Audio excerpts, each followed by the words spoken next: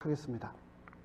오늘은 사무엘하 2장을 본문으로 어디로 가리까? 라고 하는 제목의 말씀을 저희가 함께 성령님 이 시간 초대하면서 시작하도록 하겠습니다. 먼저 지난 시간을 간단하게 복습해 보겠습니다. 사무엘하가 시작되면서 사울의 왕국이 막을 내리고 다윗의 왕국이 이제 막을 서서히 열어갑니다. 그런데 그 첫 자락에 아말렉 사람 패잔병 한 명이 등장을 했지요. 그러면서 그가 사울과 그의 아들들이 다 죽었습니다. 그러면서 사울의 왕관과 팔찌를 가지고 와서 다윗에게 제가 사울을 죽였습니다 라고 거짓말을 합니다.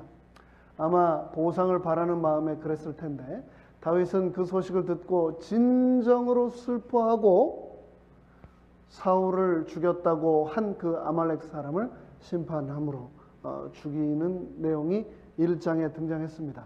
1장을 통해서 우리가 배울 수 있는 교훈은 첫째, 성도와 교회는 모든 일을 항상 하나님의 시각에서 바라볼 줄 알아야 한다. 하나님의 시각이란 어떤 시각인가? 하나님은 우리 원수의 불행을 결코 원치 않으신다. 우리가 흔히 생각하기에 저 사람 교회 좀 안 나왔으면 좋겠다. 그 사람 교회 안 나오는 거 하나님 결코 원하시는 것 아니라는 겁니다. 바로 그 사람을 위해서도 예수님께서는 십자가에서 보혈을 흘리신 거죠. 하나님의 시각을 항상 유지하자. 둘째, 하나님은 내가 나의 유익보다 공동체를 먼저 생각하기 원하신다.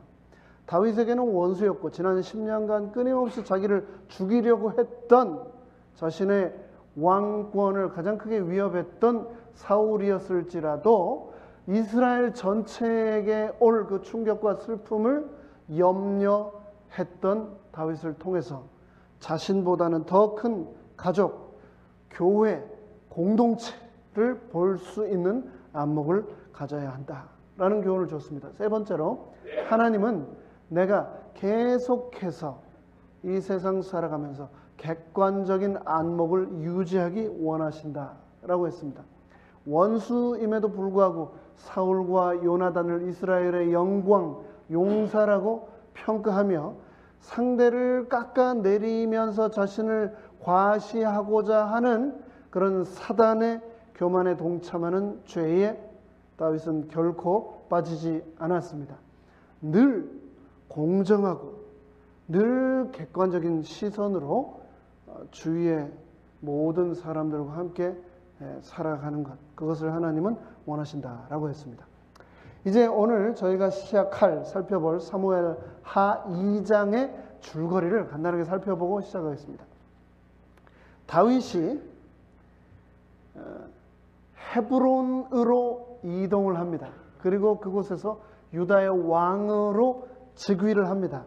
그러자 사울의 장수였던 아브넬은 사울의 살아남은 생존한 아들 이스보셋을 이스라엘의 왕으로 삼아 대체를 합니다.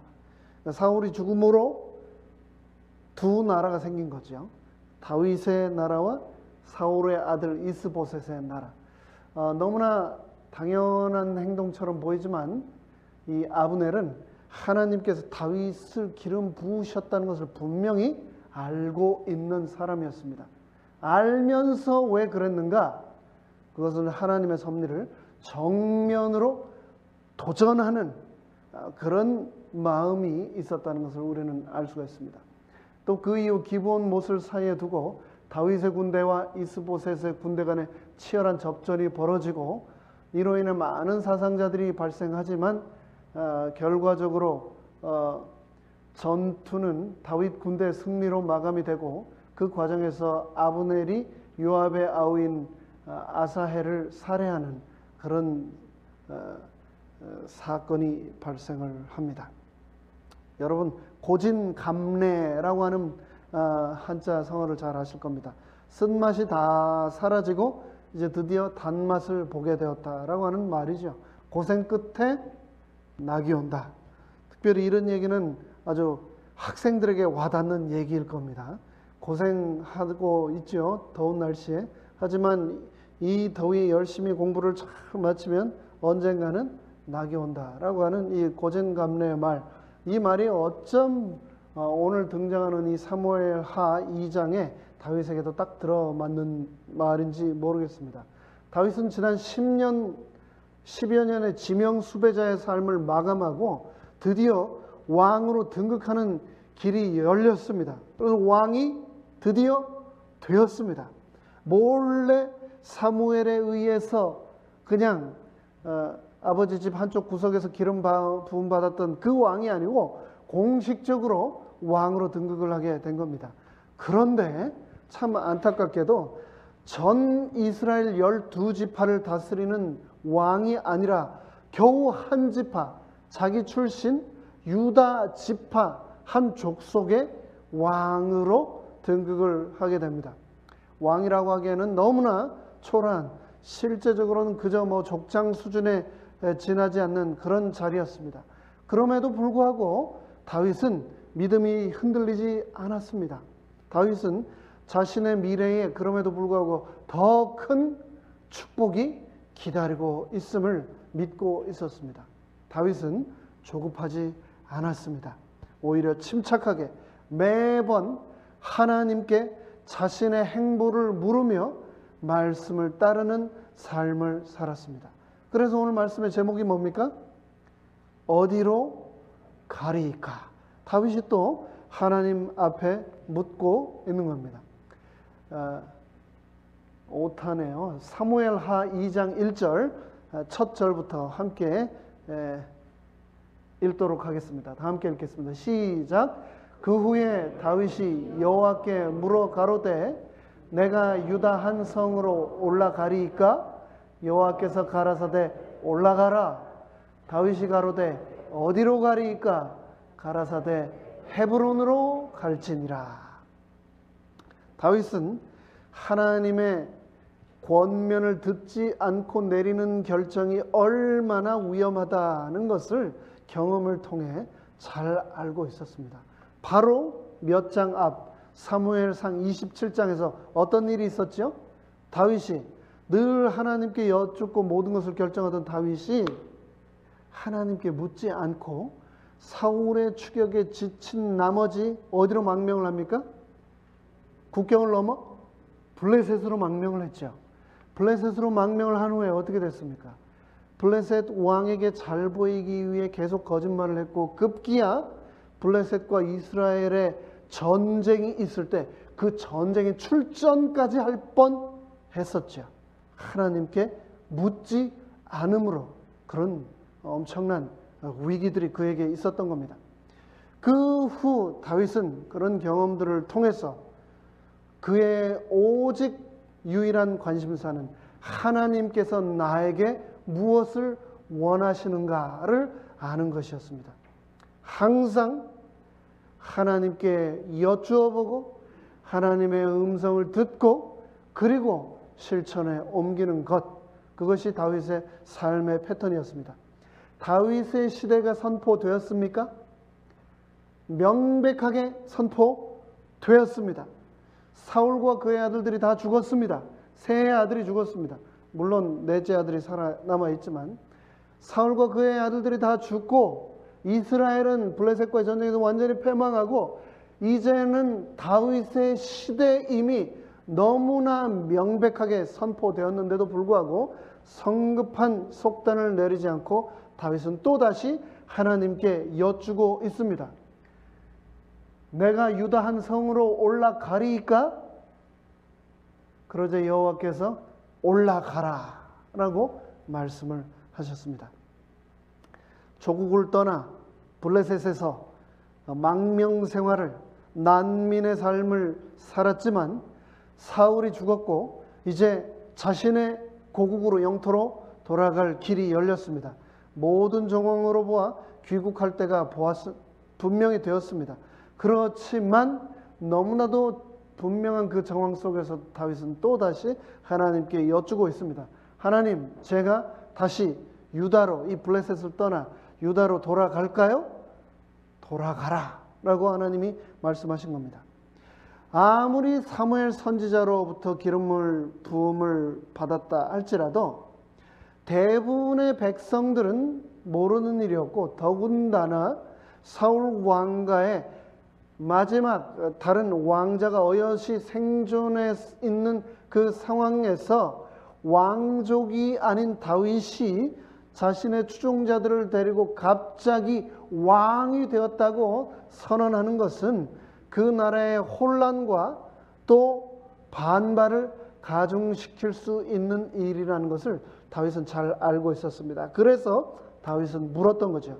하나님, 제가 다시 돌아가야 할까요? 그러자 하나님께서는 올라가라, 돌아가라. 그러자 다윗은 또 다시 묻습니다. 그렇다면 어디로 제가 돌아가야 할까요? 가라사대 하나님께서 헤브론으로 갈지니라 라고 명령하셨습니다. 여러분, 인생에서 살다 보면 사람을 아는 것 굉장히 중요합니까? 중요합니다. 그리고 길을 아는 것 중요합니까? 굉장히 중요합니다. 그래서요, 사람 얼굴을 굉장히 빨리 외우고 이름 잘 외우고 얼른 사귀는 그런 사람, 그리고 길을 잘 외우고 찾는 사람들은요, 인생이 굉장히 수월합니다. 맨날 봐도 봤는지 안 봤는지 기억도 못하고 간 길을 또 돌고 길을 못 외운 사람들은 참 똑같은 인생을 살아도 훨씬 불편합니다. 근데 성경도 보면은요, 성경의 여러 지명하고 인명을요, 익히는 게 얼마나 우리가 성경을 이해하는데 큰 도움이 되는지 모릅니다.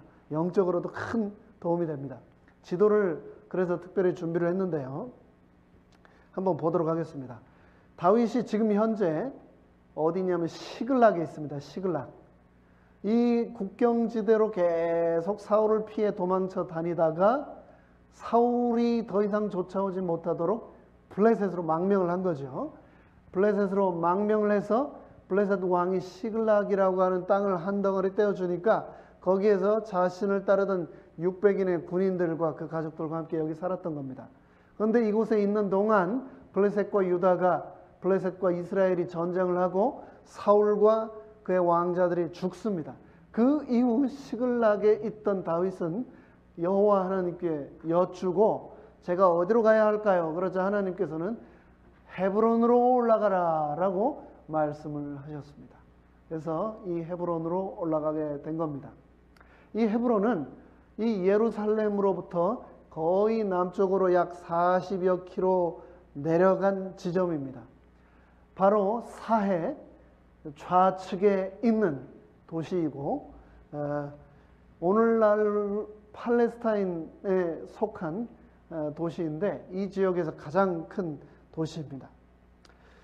여기에 이 헤브론이 이 다윗을 기름 부음으로 이 유다 민족에 의해 유다 왕국이 일어나게 되고 그 소식을 들은 아브넬은 사울 왕의 군대 장관이었죠. 사울의 오른팔이었습니다. 그런데 이 아브넬이 사울이 죽자 사울의 남은 아들 이스보셋을 데리고 마하나임으로 올라가서 이곳에서 이스보셋을 왕으로 선포합니다. 그래서 사울이 죽은 이후 나라가 유다 왕국과 이스라엘 왕국 두 나라로 갈라지게 됩니다.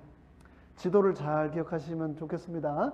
여기 사해가 있고 여기 요단강이 쭉 있죠. 요단강 쭉 올라가면 여기에 뭐가 있습니까? 갈릴리 호수가 있고 헤브론산이 있고, 그렇죠? 그리고 갈릴리 호수 주위로 수많은 도시들이 있습니다. 그리고 이 사해 바로 위쪽에 여리고 그곳에 좌측에 예루살렘, 그 바로 아래 베들레헴이 있습니다. 다윗이 기름 부음 받고 이 이스라엘과 유다를 통일 왕국으로 만들기까지 약 7년 반의 시간 동안 있었던 곳, 그곳이 바로 이 헤브론이라는 곳입니다. 계속해서 살펴보도록 하겠습니다. 그런데 이 헤브론이라는 곳의 역사적인 배경을 우리가 한번 좀 살펴보도록 하겠습니다. 지금도 이 헤브론은요, 이스라엘 사람들과 팔레스타인 사람들이 서로 자기네 땅이라고 끊임없이 싸우고 있는 아주 뜨거운 분쟁 지역입니다. 그런데 왜 그토록 그들은 이 지역에 예루살렘처럼 제2의 예루살렘처럼 그곳에 목을 매는가? 한번 역사를 살펴보겠습니다. 창세기 13장에 이 헤브론이 등장하는데 창세기 13장에 보면은 이 두 사람이 등장합니다. 누구냐면 바로 아브라함과 롯입니다. 아브라함과 롯이 갈대우를 떠나와서 가족들이 많아졌습니다. 하나님이 축복하셨습니다. 가축들이 많아졌습니다. 그러자 종들끼리 서로 다투었습니다. 풀과 물 때문에, 가축들 때문에. 그래서 아브라함이 롯과 헤어지자고 말을 하고 네가 택하는 곳이 아닌 다른 곳을 내가 택하겠다라고 했을 때 롯은 자신이 원하는 물이 넉넉하고 풀이 많은 요단 쪽을 택하여 갔습니다.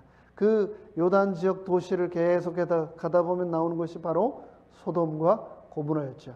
그런데 이 롯이 떠난 이후에 여호와께서는 아브라함에게 나타나셔서 말씀을 하셨습니다. 롯이 아브라함을 떠난 후에 여호와께서 아브라함에게 이르시되 너는 눈을 들어 너 있는 곳에서 동서남북을 바라보라. 조카가 기름진 땅을 선택해버리고 자기는 황무지 가운데 서 있어서 막막했는데 하나님께서는 그곳에서 동서남북을 바라보라 하시면서 보이는 땅을 내가 너와 내 자손에게 주리니 영원히 너의 땅이 되리라. 내가 너의 자손으로 땅에 티끌 같게 하리니 사람이 땅에 티끌을 능히 셀 수 있을진데 내 자손도 세리라. 바다의 모래처럼 너의 자손이 이 땅에서 번성하리라. 너는 일어나 그 땅을 종과 횡으로 행하여 보라. 이리도 가보고 저리도 가봐라. 그 모든 땅을 너에게 주겠다. 이에 아브라함이 장막을 옮겨 어디로요? 헤브론에 있는 마므레 상수리 수풀에 이르러 거하며 거기서 여호와를 위하여 무엇을? 단을 쌓았더라. 단을 쌓았다는 말은 여호와 하나님께 제사를 드리는 예배의 삶을 살았다라는 겁니다. 아브라함은 하나님께서 약속하신 땅 어디로 간 거라고요? 헤브론으로 이주한 겁니다. 그러니까 이 헤브론이 굉장히 중요한 땅입니다. 아브라함의 자손이라고 하는 사람들에게 자기의 가장 높은 할아버지가 정착했던 곳이니까. 그런데 그 이후에 또 창세기 23장에 보면 또 헤브론이 등장을 합니다. 무엇으로 등장하냐면 아브라함이 나중에 사라가 죽었죠. 그 사라의 무덤을 마련하기 위해서 마므레 앞 막벨라 굴과 그 밭을 구입을 했는데 여기서 말하는 그 마므레가 바로 헤브론입니다. 23장 19절에 그 후에 아브라함이 그 아내 사라를 가나안 땅 마므레 앞 막벨라 밭 굴에 장사하였더라. 근데 성경에 가로 열고 이렇게 나왔어요. 마므레는 곧 헤브론이라. 그러니까 아브라함이 자기의 아내의 무덤으로 장만할 만큼 자신의 모든 추억과 하나님의 약속 언약이 다 스며 있는 땅, 그 땅이 어디라고요? 헤브론이다라는 겁니다. 근데 이 헤브론이 아브라함과 사라 대에서만 끝나는 것이 아닙니다. 그 이후로 계속해서 아브라함과 이삭과 리브가와 야곱과 레아가 전부 다 헤브론에 묻혔습니다. 그래서 이 헤브론은 이 이스라엘 민족 아브라함 가문의 아주 중심이 되는 땅이었습니다.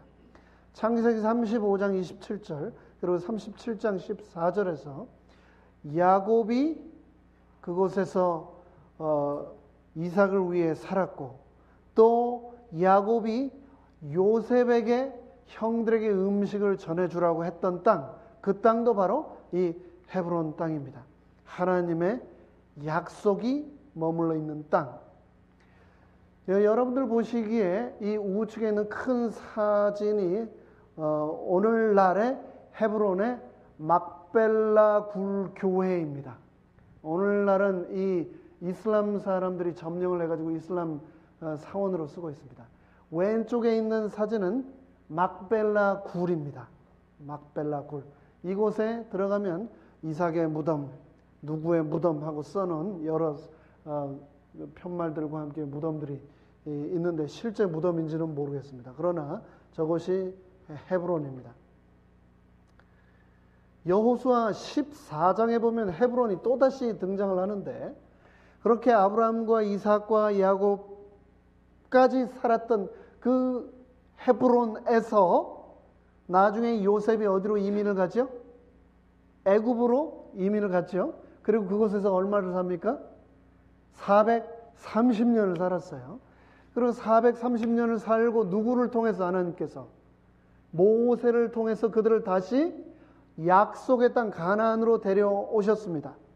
근데 이 가나안 땅에 들어와서 모세는 그 가나안 땅을 밟지 못하고 죽었지만 여호수아와 갈렙과 이스라엘 백성들이 이 가나안 땅에 들어왔는데, 그곳에서 여전히 하나님께서는 주셨지만 이방 민족들이 정복하여서 그들이 실제 거주를 하지 못하고 있던 땅, 그 중요한 땅이 하나 있었는데, 그 땅을 여분네의 아들 갈렙이, 이 갈렙은 타고난 태생이 유다 족속도 아니었습니다. 이민자였습니다. 이민자. 그나스 사람이었다고요. 근데 이 이민자 외국인인 이 갈렙이 85이라고 하는 나이에 여호수아에게 찾아가서 뭐라고 얘기를 하고 있냐면은, 내가 모세가 나를 보내던 날과 같이 오늘날 오히려 강건하니 나의 힘이 그때나 이제나 일반이라. 내가 40년 전이나 지금 85살 때나 지금 똑같다. 그러니 여호와께서 우리에게 약속으로 주셨던 이 산지를 내게 주소서. 그 산지를 나로 하여금 정복하도록 군사들을 허락하시고 나로 하여금 전쟁에 나가도록 허락하여 주십시오, 여호수아시여. 그렇게 말하면서 그곳에는 아낙 사람들, 거인들이 살고 있었고 그 성읍들은 크고 견고할지라도 여호와께서 나와 함께 하시면 내가 그들을, 거인들을 쫓아내고 그 땅을 하나님께 바치겠나이다. 여호수아가 여분네 아들 갈렙을 위하여 축복하고 헤브론을 그에게 주어 기업을 삼게 하매, 아낙 사람들이 점령하고 있던 마지막 이스라엘 백성들이 점령해야 했던 산지, 거기가 어디라고요? 헤브론이었습니다. 헤브론. 헤브론이 그리스 사람 여분네 아들 갈렙의 기업이 되어 오늘날까지 이르렀으니 이는 그가 이스라엘의 하나님 여호와를 온전히 쫓았음이요. 헤브론의 옛 이름은 기럇 아르바라. 아르바는 아낙 사람 가운데 가장 큰 사람이었더라. 그 땅에 전쟁이 그쳤더라. 이 헤브론이라고 하는 곳은 한 개의 달랑 있는 성이 아니었습니다. 사마리아 성 하면은 사마리아뿐만 아니고 인근에 있는 지역들을 다 포함하는 것처럼 헤브론도 헤브론이라고 하는 그 성과 그 지역과 그 인근의 광대한 땅을 다 포함하였습니다. 그런데 갈렙이 이 헤브론을 점령하자 그 땅을 하나님께 정복하여 바치자 이스라엘의 가나안 정복 전쟁이 맞춰졌다라고 얘기를 했습니다. 땅이 여전히 남아 있었지만 그곳을 쟁취함으로 모든 가나안 이방 족속들이 완전히 백기를 들 만큼 전략적으로도 너무나 중요하고 모든 사람들에게 축복이 되는 특별한 장소가 바로 이 헤브론이었다라는 것을 우리는 알 수 있습니다. 이게 오늘날 헤브론입니다. 오늘날의 헤브론. 헤브론은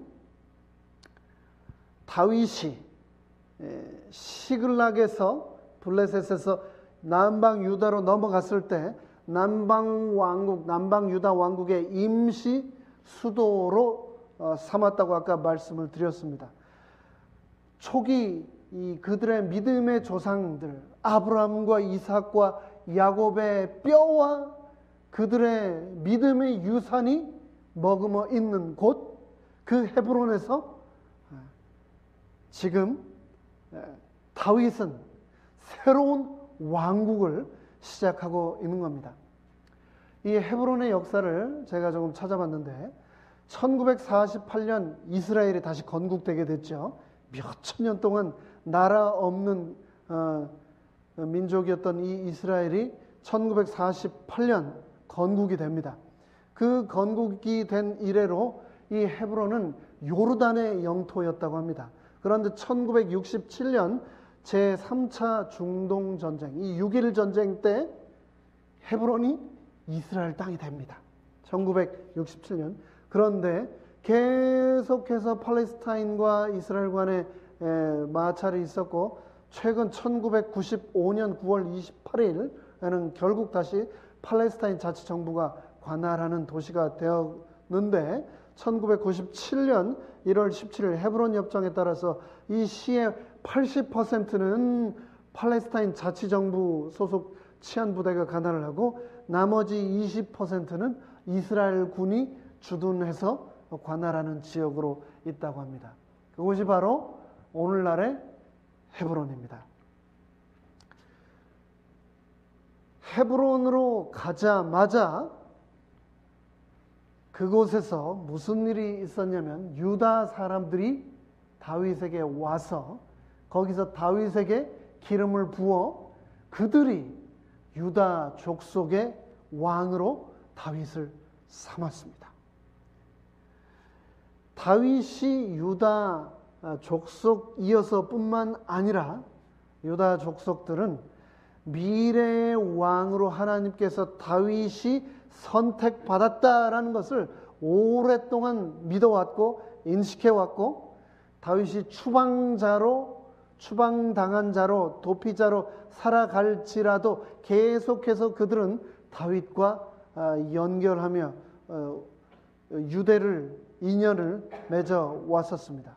그래서 사무엘상 16장에 사무엘 선지자에 의해 처음 기름을 부음을 받았던 다윗이 바로 이 사무엘하 2장에서 유다 족속의 장로들에 의해 두 번째로 기름을 부음을 받습니다.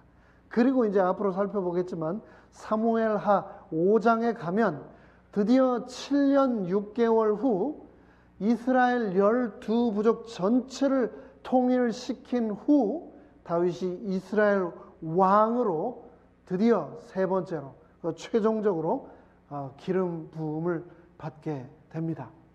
사무엘하 2장에서 다윗이 기름 부음 받은 내용을 살펴보았습니다. 네, 8장, 9장, 10장, 8, 9, 10절에 보면 또 이런 내용이 나옵니다. 사울의 군장 넬의 아들 아브넬이 이미 사울의 아들 이스보셋을 데리고 마하나임으로 건너가서 길르앗과 아술과 이스라엘과 에브라임과 베냐민과 온 이스라엘의 왕을 삼았더라. 아까 본 지도 있지요?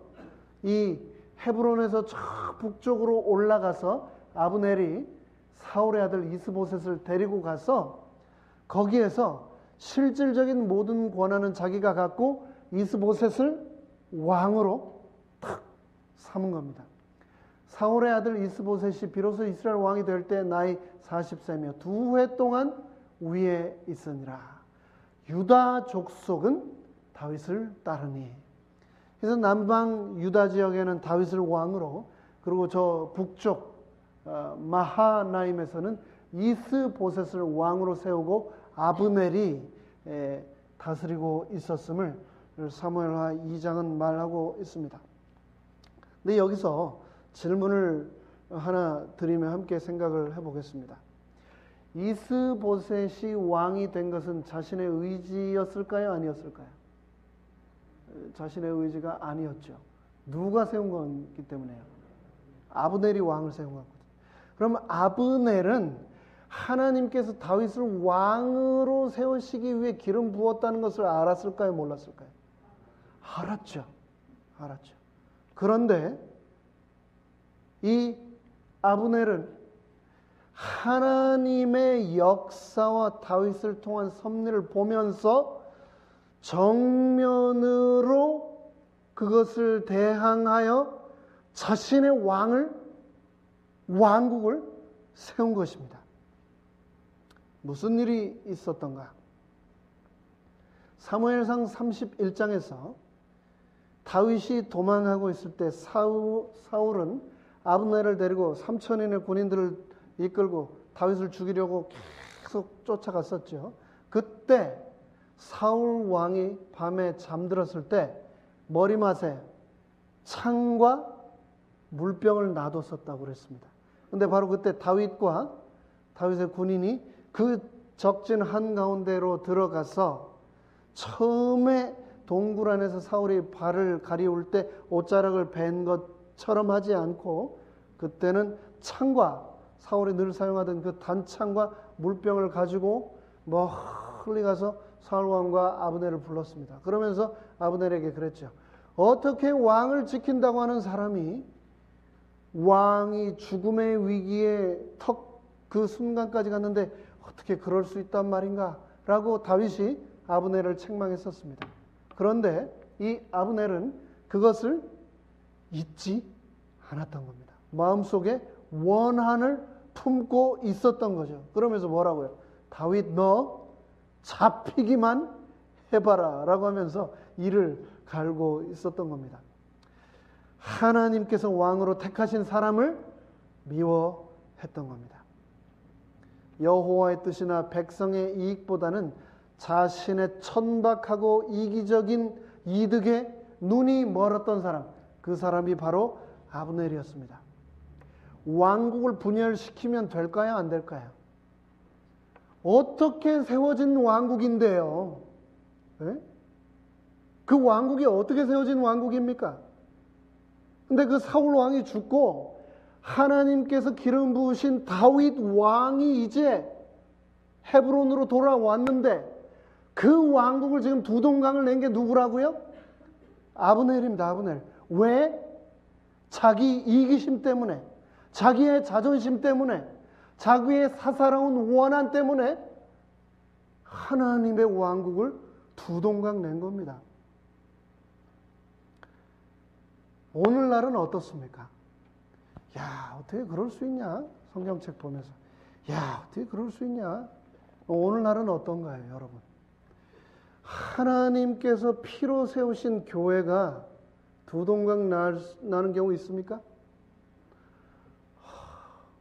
교회는 정말 그래서는 안 되는 곳인데, 절대 그래서는 안 되는 곳인데, 피를 나눈 가족과 형제 자매보다도 더 하나님이라고 하는 부모로 하나가 된 공동체인데 자신의 이기심과 이기적인 욕망과 자존심으로 이 교회를 두 동강 세 동강 내는 사람들이 오늘날도 존재합니다. 존재해요. 그런데 그 교회를 분열시키는 사람들이 전부 다 자기 나름대로 사연이 있다는 겁니다. 사연 없는 무덤 없다면서요? 공동묘지에 가서 무덤 가보면 이 사람도 사연이 있어서 이 사람도 사연이 있어서. 근데 교회를 분열시키고 둘로 셋으로 나누고 자신의 천박하고 이기적인 이득에 눈이 멀어서 자기가 그 권력을 쥐고 싶어서 파워를 컨트롤하고 싶어서 하나님의 교회를 두려움 없이 두 동강 낸 사람들이 다 나름대로 명분을 내세우면서 선교를 위해서 새롭게 다음 세대를 위해서 교회를 개척을 한다고 하면서 자기의 비전을 서포트 해달라고 기도해달라고 하면서 하나님의 교회를 분열시킨 사람들이 얼마나 많습니까? 하나님과 교회의 주권을 인정하기보다는 자신의 이득에 눈먼 사람들, 정말 큰 죄 아닙니까? 그 죄를 누가 짓고 있었습니까? 아브넬이 짓고 있었던 겁니다. 이 아브넬 한 사람 때문에 이스라엘 왕국이 사울이 죽고 나서 7년 반 동안이나 통일이 못 되었습니다. 7년 반이라고 하는 시간이 잊혀져 버린 시간이 된 것입니다. 그렇기 때문에 우리는 정말 우리의 마음을 살펴서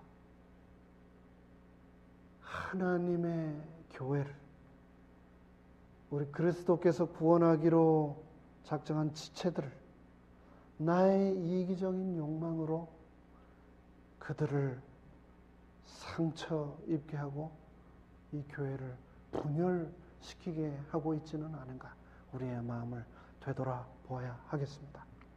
자, 시간이 많이 갔기 때문에 내용들을 생략을 하겠습니다.